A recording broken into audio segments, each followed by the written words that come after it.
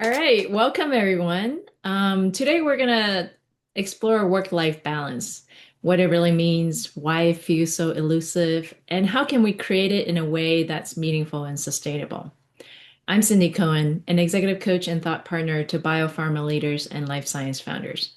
I'm joined today by four incredible coaches, each bringing their own perspective and experience to this important topic. To kick things off, I'd love for our coaches to introduce themselves and share a bit about what work-life balance means to them. Susan, would you like to get us started? Well, I'd be happy to. I'm Susan Minaya. I'm an executive coach. I'm based out of Southwest Florida in the US.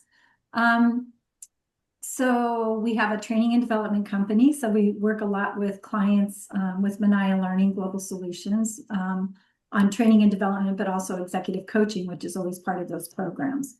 When I think about work-life balance, this has been a lifelong career challenge for me. So I've been in the career world for 30 years, and I will tell you that I haven't always had that. And so I'm really looking forward to today's conversation because I guess, well, I'll kick off with this point. It's achievable. And I'm looking forward to talking about how people can make it so. Thank you, Susan. Debbie. Hi, I'm Debbie Schuhart. I'm a healthcare leader and executive coach. I live in New Jersey. And I think work-life balance to me has always been difficult personally. I have, as I've mentored others and coached others, working with them, it's a little bit easier for me to see a path, but have not actually been great at it myself. So looking forward to the discussion today. Thank you, Debbie. Tiffany? Hi, I'm Tiffany Friend. I'm an executive coach and founder of Sunstone Leadership Group in San Diego, California. And for me, work-life balance. So I don't know why, but I think we're all high achievers, and it's tough, right? It's hard to find that balance. You always feel like you're having to do more over here and neglecting a little bit over there. Something's always getting neglected. And so I'm really excited to hear what insights and tips that all of you have today. Maybe we'll walk away with some new tricks. Thank you, Tiffany. And Hushna. So I'm Husna from Detroit, Michigan. Work-life balance to me is like I feel I've overcome that. When I say that I've overcome that for the fact I I really compromise my sleep for it. When I say I compromise my sleep for it, in the sense I work with my Indian clients in the nighttime and during the daytime I like to be busy. It's not that I love to sleep and slack off. So that way, what I say, that's like an oxygen for me, like inhaling and exhaling, trying to keep up a balance of how you keep in a rhythmic pattern, because that's how much of oxygen when you take intake, that's how your body runs on it. And that's how much you exhale, that's how you can absorb and intake and exhale, right? So similarly for me, I compromise my sleep to keep up my work-life balance, and it's going good thus far. I really hope and pray it keeps continue to be like that. And as much as everybody else is interested in knowing what else we're going to take away, I'm looking forward to see what else can I take away as well from you all. Thank you. Thank you all for those introductions. As we get into this conversation, I love to start with a question we hear all the time. Is true work-life balance even possible? Or is it more about making intentional trade-offs? Let's hear your thoughts. How about we start with Hushna? Basically, I would say it should be intentional, because work-life balance can it's not like it's not going to come your way. You have to create it. Right? When I say you have to create, it should be intentional, purposeful, motivational, right? All those things come together to make a part of that balance. And sometimes it could be like family, which is a priority.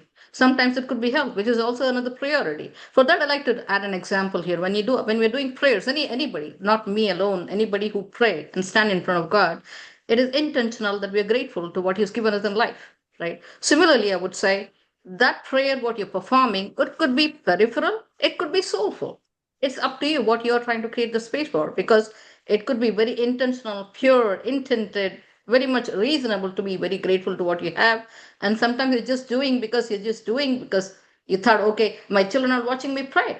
Somebody is watching me pray. No, it's not about what others are expecting out of you. Work-life balance is something what you want to have, what space you're going to create, and how much of it you want to have it. It's not like expectation is about what you really want to create and what you want to have.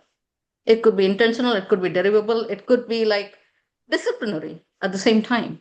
And at the same, I would say it could be also what you lead as an example. It's not about how you lead your team as a leader. It's not about what you are. You have to be all trait wise, personality wise, cleaner wise, ethical wise. As you present yourself into the balance, that's how you show up. It's not like what others are expecting of you. It's about what you are, what you create, what space you have, what are your priorities. Set motivational, intentional, with clarity and with purpose. I think that's what is work life balance to me. And I always tell my clients the same way. This is an example you need to create, you need to set. It's about you. It's about you. Thanks, Hushna. Tiffany? So for me, and remind me of the specific question, Cindy. Yeah, is work-life balance even possible, or is it more about making intentional trade-offs? For me, I really see it as intentional trade-offs, and I'll tell you why, because I don't think that you're ever truly balance might not be the right word. It's more integration to me. It's kind of finding how can you integrate the things that you need within a day, within a week, within a month. And each individual is so unique that might look different for different people in different seasons in their life with, different family dynamics, things of that nature. And so to me, balance feels unattainable, but integration sounds like I can do it. It's just really being thoughtful about how I'm taking care of all of the things that I want to take care of in the given amount of time that I have. Mhm. Yeah. So intentionality makes it possible. Yeah. Yeah. Great. Thanks, Tiffany. How about you, Debbie? Yeah, interesting. I don't necessarily think it's about trade-offs. I like the concept of integration. So I think more around more my thoughts are probably more aligned with integration than balance. I would also say that it depends on how you define balance. And so when talking to people, I ask, what does balance mean? What does balance look like? Because it's different for everybody. And then that has to do with something I think Husam mentioned around priorities. And really having a clear understanding of priorities can help set that balance, and then create the space for that integration kind of to pull it all together. So I don't really view it as trade-offs. I think I view it more as integration. But I think everybody's definition of what balance is going to differ, and you have to kind of go with that. Hold that thought. But let's finish with Susan on this question around possibility and intentionality. Okay, well, I think about it, I might be Switzerland here, right? Because I think when we talk about intentional trade-offs, we talk about, it makes me think about what's important, right? So sometimes just because something's important, does that mean we're trading off or does that mean we're choosing? And so I sort of struggle with that a little bit, So for me, I think intentionality is absolutely true because you have to claim it. When you're trying to get a work-life balance, you have to be very specific about what's important to you. And that's a prioritization, I guess, maybe you're putting it on a pecking order as opposed to like a trade-off per se. It's like, let's just weigh it out and see. I think the other thing is I like the integrated life because so much of my career, because I'm self-employed, I have my own company with my husband.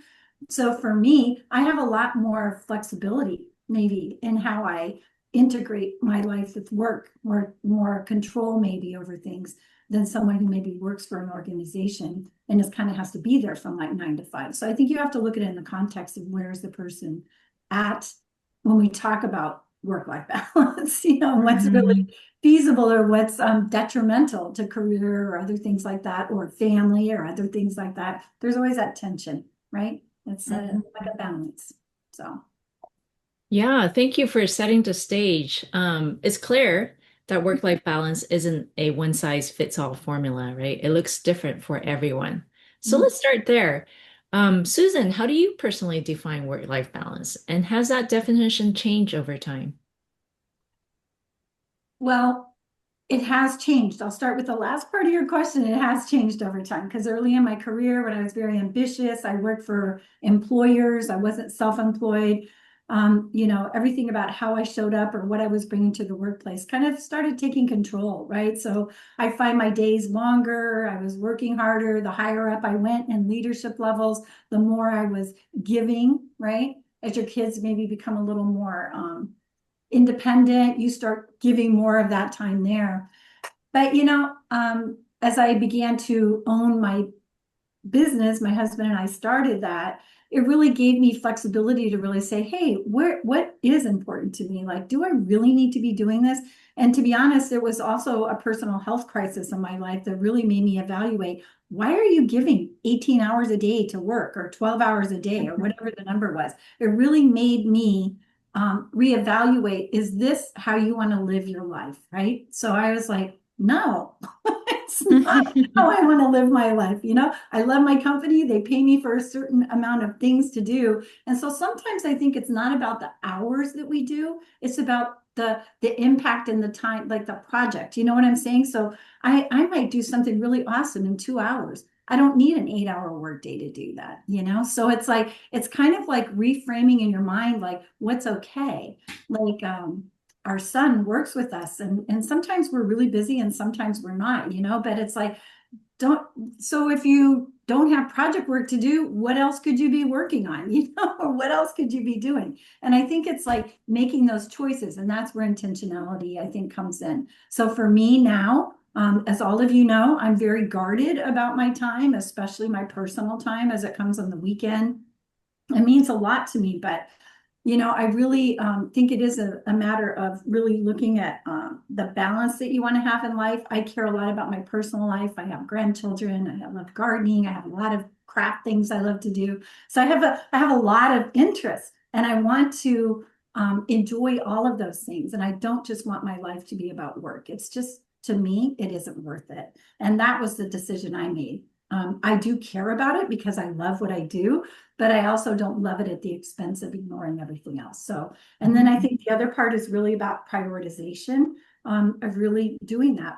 What's most important to me, so I can kind of frame that up in a way that makes sense and is realistic to me. So I'll stop there. Thank you, Susan. That's an excellent definition for you.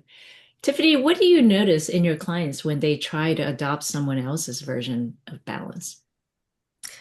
Well, it doesn't work because each person's so unique that you have to determine what works best for them. Like, for example, one of my hobbies is hiking. I like to go out and do adventures, and doing something hard for me is relaxing. And that might not be everybody's ideal cup of tea. And so they might want to lounge by the pool or, go take a more leisurely day. Whereas my day might be like, I need to go get that frustration out, or I need to, go get some energy out in more high octane versions, right? So I think that it's important to understand what replenishes your cup. For me, there are certain times where I'll do different things. If I'm feeling a certain kind of way, I might do more of my yoga practice, or I might listen to certain types of music, or I might hang out with certain people who invigorate like a different side of my personality if I'm feeling in the dumps. So I think it just really depends on the person and what they need. And I think in coaching, what's really valuable is to help your clients define what they need and when to pull in those resources. So, getting really clear on what has helped them in the past to move forward or get past something, and then helping them to recognize like when they need it, and then being able to call to that item in those specific moments, and being intentional with their schedule as well to really build in some things proactively so that they're not just doing it in a pinch, but they're actually designing their life, not just letting it happen. I think that's super important. Yeah, speaking of getting clear on what you truly want, Debbie, what do you think helps people get clear on what they truly want rather than what they think they sh sort of should do? Yeah, it's a good question. I think Susan hit on priorities, and I tell a story that I stole from the father of servant leadership, Robert Greenleaf, and um, and I don't remember the story all that well, but here's how I paraphrase it when talking to people. There's somebody in the book that he characterizes, and this person went established early on a list of priorities. I think it was either 5 or 7, and every decision he made about what to do with his time when asked for late meetings or career change or whatever, he went by that list. And I tell that story because, well, one, that's probably a hyperbole in terms of a way to manage, right? But it clearly provides a framework from which you can make decisions if you choose to do it that way, which is to be really clear about what your priorities are and then to use that list, really incorporate or integrate that list in how you live your life, which is what this character actually did. And so that every decision he made kind of went back to that list. We don't get into whether or not he ever made concessions or changed up the priority, but you kind of get the idea, right? So I think it's really about prioritization. And then I also, beyond that, because not everybody's really able to achieve that, right? That's sort of all the way over to one side. But the concept can be helpful. And so giving people that concept to think about sometimes does give them a framework from which to make some decisions. Um, there are times when it's situational and you make a concession for whatever reason that you do. And I think we're going to talk about this a little bit later about not feeling guilty or bad. But you do have to be comfortable with the decisions that you make. And you need to make decisions that allow you to be present when you decide how you're going to create that balance. And if you can't be present or learn to be present, if you opt for one thing over another, then it's really time to reevaluate and consider what you need to do to have that presence or to create more ability to integrate, balance, whatever word you want to use. Mhm. It's very powerful to hear how personal and evolving the work-life balance can be. Once we have a clear definition, right, the next challenge is protecting it, like you said, Debbie. That's where boundaries and intentional choices come in. Susan, what are some practical ways to set and maintain boundaries, especially in high pressure environments? Yes, if you think about even top level executives or, when you're in a role where everybody's pulling on you, they're wanting your attention. This is anybody, excuse me. Even leaders that get in the trap of people always coming all the time.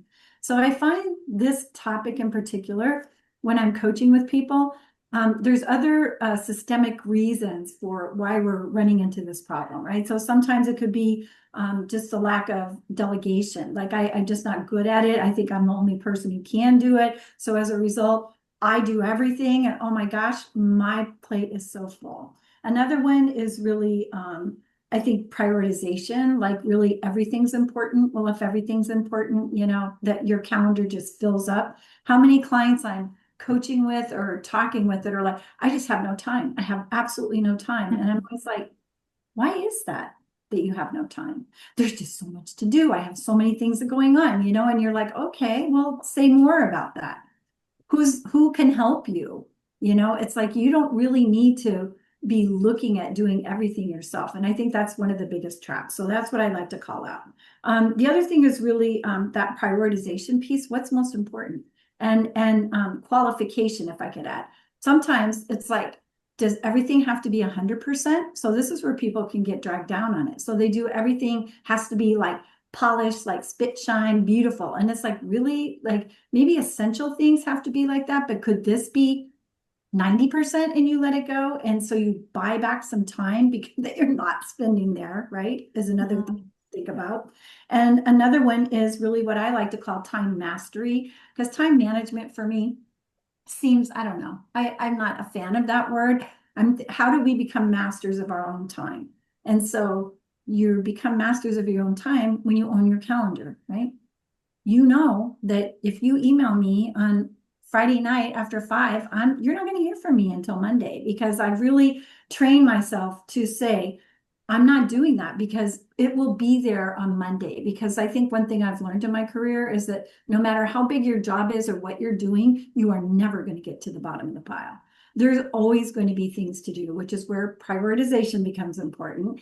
And the other thing is really what are you doing to protect your time? And, it amazes me how few people just literally intentionally block time on their calendar. They're like, well, what do I put there? Put blocked. This is my time. Nobody comes in to talk to me right now. And I have used that technique personally for myself. And I've also seen other people use it, for just an hour in the day to get yourself set up properly. Or this is a time where I focus on my strategic initiatives and really don't bug me, because I need this time to do this work. It's important. And then here's time where I open my door for everyone who wants to come in. So I think when we start kind of defining our own accessibility, I think that's when we start getting some control about that work-life balance for ourselves. Because I key in my personal gym time, time with my husband. I take time out sometimes. Maybe I have something special with my granddaughter at a certain time. And guess what? I have nothing booked. I'm going to block my calendar to go do that thing, see her play at school or something like that. So there is like that work-life balance where it's okay. Does it mean everything else falls off my plate of work? No. It means that I prioritize what I'm going to do that week so that I have that space and time available. Yeah, there's that intentional choice, right, of saying no to protect your time. So, Debbie, how do you help clients navigate that guilt or fear that come with saying no? I think it goes back to finding, again, priorities, making sure that testing the decisions that they're making so that they're consistent with their beliefs, their desires, their goals in achieving balance or integration, if we're going to call it that. And then I think that goes back to some of that presence that I was talking about. It's hard if you're in one place and you're thinking about being in the other, then we still haven't achieved that balance or integration, right? We didn't do it. And we need to go back to figure out why that is. Is that a matter of the priorities? Is that a matter of you being really better at committing to those priorities and then committing to the time to actually be present? So I think as we've talked about, and as I was kind of thinking about this coming into it, I think it's about finding ways to be present in your priorities and then honoring that. Yeah, that's huge. But sometimes with that comes trade-offs, right? Hushna, can you share a story when a client or you made a tough trade-off that ultimately supported better balance? Yes, Cindy, actually, I would like to add a little clear picture of what, when we say intentional, and add perspective to it. For example, when we say we want to create space, nobody's going to give you that space. It has to be intentional, it has to be purposeful. So, for that, probably you should start from creating your own reflection pauses, right? Pause and reflect back to say what is the priorities are intentionally. For example, I would say my son is playing football, right? And I have meetings. How will I create a balance? Because my work is a priority. My son playing football is a priority. And he's looking forward to see. So his mom is a cheerleader for him, right? And he has an emotional connect, and I have my priorities set. So, but fixing on a calendar with the intentional motive of attending the game and completing the meeting prior is a calendar which I can organize intentionally with purpose, with the vision of really creating a space so that I can reach a goal personally and professionally together. And that can happen weeks before, months before. Space that out. What can you do to help that? Can you delegate? Like as Susan said, delegation sometimes can happen with ease and sometimes cannot happen with it. So that's where intention comes in. So you have to be really try to share leadership. That's another example which I have learned in my own personal life. To create the balance, try to share up. There's nothing wrong, nothing to feel guilty when you say no. There are some of the little words which I heard from everyone. So I had a client, when you talk about the client, I had a senior client, like a vice president working for an organization, very senior, very awesome lady. I've learned a lot from her as well. Her resistance, her resilience. I love people who come with this kind of futuristic approach in them, right? So she had two kids, a 3-year-old and a middle schooler. So she was coming up with a promotion and she wanted to talk about work-life balance with me. I asked her, as anybody would, what balance means to you? What does it come from? What are the priorities? So she said, Husna, my son thinks I'm a cheerleader for him to play football too. He was like, for the first time, that's his favorite sport and he sees that. And my husband is always traveling. How can we create that balance? I said, can you create some visionary tools around that? What are the visionary tools look like? It could be like a goal, personally, professionally, because I had experienced that myself. So I was able to help her to create that goal for herself. She said, Husna, I'm thinking I should let go of the promotion so that I can create a balance. I said, what is that you're going to cover up or you're going to miss in that promotion?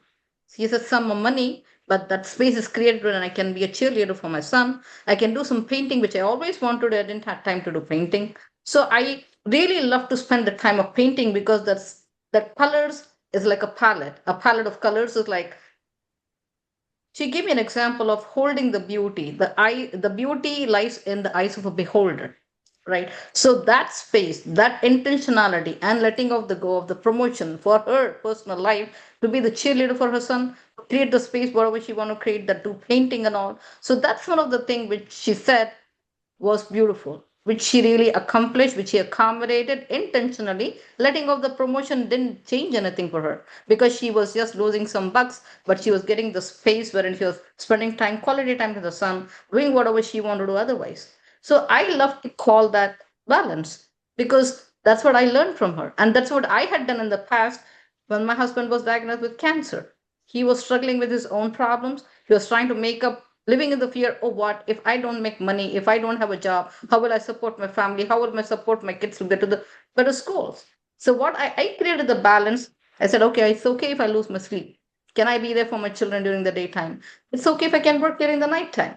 Yeah, I sleep only 3, 4 hours, but can I make up that sleep during the weekend? Yes, I do. And my people, my 3 men at home, they treat me like a princess, royal princess. What else I want? When I get frustrated, when I get depressed, when I feel that, oh my God, I'm losing some control out of my life, they plan so surprising some small little things for me. That makes my day, that regenerates my energy. It's like setting an example, not as a leader, not as a mom, not as a professional, but as a whole person. That's what is balanced to me. Is it achievable? Yes, because that leader showed me. Is it achievable in my thing? I won't say it's easy, but as I said, choices are made. Putting on a calendar, delegation, shared, appreciation and acknowledging what you have. Take it as a challenge. Challenge is a challenge. It's not going to be easy. Mhm. So that's what always a learning, something or the other. So that's what it is. Thank you. Yeah, thank you for sharing those thoughtful stories. These insights on boundaries and making intentional choices are so important, right? But even with clear boundaries, many people struggle to sustain their energy and well-being over time. So let's shift to our final theme. How do we stay energized and grounded, and what practices help us maintain balance in the long run? Tiffany, what daily or weekly practices help you or your clients recharge and stay grounded? Yeah, so I've seen a number of them, but one that I really want to emphasize that I've seen, it's just worked in so many different cases. It's the most powerful tool is to start the day with a practice of gratitude. And mine personally is like less than a minute. It's just a matter of being disciplined to do it every day. And with that practice of gratitude, it just feels like you're grounding and you're setting the whole rest of your day up on that positive intention of just thinking about what you're grateful for, maybe writing yourself some notes. I have a little journal that gives me a prompt every day. Just spending that couple minutes in the morning before everything starts yelling at me and phones start ringing and emails start coming in, I can really be thoughtful about how I move forward with my energy and with my day. And I find that it makes me come from a place of love and appreciation, instead of negativity and feeling overwhelmed. So that's my number one go-to. And I have a lot of clients that have employed that in their lives as well and are seeing the benefit of it. From their daily practices, as we start our day, I feel like we should also have a reflection at the end of the day of what went well. Where do I feel like my energy was well served? Where do I feel like things were pulling me in a direction I didn't want to go? What trade-offs did I make? What things did I maybe not honor that I said I was going to honor? And not as a scorecard of judgment, but just as an awareness of what's one thing that I can do better tomorrow, and just being really thoughtful about that practice of checking in with yourself. I think life gets so busy that sometimes we forget that we're an expert on us, and we need to ask for expert advice sometimes. And so just really sitting with ourselves and asking some questions and doing some reflection, I think, is super valuable. What else? So I think everybody needs to think about what feeds and what keeps their mind, body, and soul right. So if there's a practice of exercise, spirituality, nutrition, all of the things that keeps you going from a well-being standpoint, I think those are really important practices to make sure that you're baking into your schedule. And then from a work perspective, being intentional about strategy, not just getting things done, but actually thinking about how can I make next week a little bit easier? How can I pour into one of my team members today? Just all of those things can make such a huge difference, and they don't take a lot of time. I think it's just, again, being thoughtful and prioritizing the space to do it. You could probably spend, I don't know, maybe 15 minutes a day just thinking about strategy instead of just getting things done. And you might come up with some really genius things to help yourself in the long run, right? And checking in with people. I'm really big on being kind and pouring into others. And so checking on your folks, right? Your teammates, up, down, all over the organization, whatever it is that you do for work, people in the grocery store. I mean, everybody that I run into, it's like, you can kind of read what's on their body language, and they just might need that little trigger to snap out of it and have a spark in their own world. And so those are some of the practices that I've seen work really well. They take daily intention and discipline and a lot of reminders. I'm certainly not an expert at them, but I think it goes back to values and just understanding who you are and how you want to make an impact in the world. And so setting those reminders up for yourself in places that you're going to see them, super important, and you'll stay on track. Yeah, thank you, Tiffany. That's a great list. And speaking of reminders, Susan, what do you think gets in the way of prioritizing our well-being, even when we know it's important? Such a great question. Probably if it was easy to answer, people wouldn't do it. Right? So that's what makes it so hard. But I think, honestly, I think it's about, I think Tiffany really touched on it. It's that reflection, So sometimes I wonder, where did we get in life that work was all consuming? Like, you think about back, I just take you from the little story, back in the 50s, right? You think about people left work at like 5 o'clock, right? They came home, they had dinner with the wife, they did their thing or whatever. And then somehow I feel like, I don't know, like that time into today, work has become so consuming for us. Our identity is so wrapped up in our job because, you think about when you ask people, so what's the first question we ask people? What do you do? We don't ask, or where you're from, typically personal questions. We usually go, so what do you do? And I try never to ask that question because I feel like it always defines us. It's even like when people talk about themselves and introduce themselves, usually it's who I am as a professional. Maybe we do it ourselves when we introduce ourselves, right? I'm an executive coach, or I'm a I'm a, a chief learning strategist, or I'm this. And like, it's always that identity seems to be wrapped around work. And I always wonder why, you know?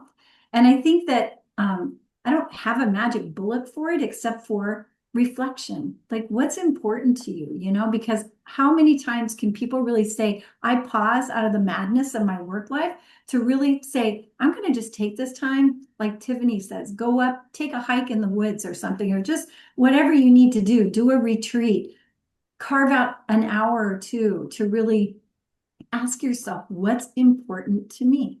Like, it took me a long time to separate my personal life from my professional life. And now I'm to a place where those things are beginning to meld. Maybe because I'm older, I'm more like, it doesn't matter to me. I've been through this journey and I have a lot of experience and things that I can share. And I'm me and I'm going to show up the way I show up. And I have confidence in that. But other people may not feel that way after early career. They're trying to make their mark and they're so focused on that. And sometimes I feel like those are the people that you really want to be able to coach with, because you just want to help them early on learn how to strike that balance between what's important in their life so that they don't jeopardize family, personal relationships, marriages, and things like that because of a job. Like, for me, it just doesn't make sense. But for people that are driven and committed to their career, and that's what matters to them above all else, then that's the choice that you make, So it goes back to really, how can you get that work-life balance? And maybe for some people, let's be fair, for some people, they don't want that. They want work life because that's what they love and that's where they get their energy and that's where they're happy. And that's not wrong, right? And some people just want to be family focused, and some people are trying to straddle both worlds. And I think it's the straddlers that have the hardest time, to be honest with you, of striking that balance. And I think what gets in the way is that they don't take time to really reflect on what are my priorities, and values too, I think came up earlier, and what are my boundaries? The boundaries are important. So that's the advice I would offer there. Yeah. And Susan, I want to piggyback on that too and say that sometimes we don't have a choice. Well, let me phrase this correctly. We have a choice, but sometimes circumstances exist that are taking our time and our attention. True. And so, when you have those circumstances come up and say your value is family and you have an ill family member and that's where your attention needs to be, there are things that you have to do that are outside of what you want to do, maybe, but from a place of value, you are committed to taking care of those things. I'm thinking of caregiving and, all the things that come into our worlds as parents and as children of older parents. So I think that there's the work-life balance, but it's also, what are all of the things that are in your life?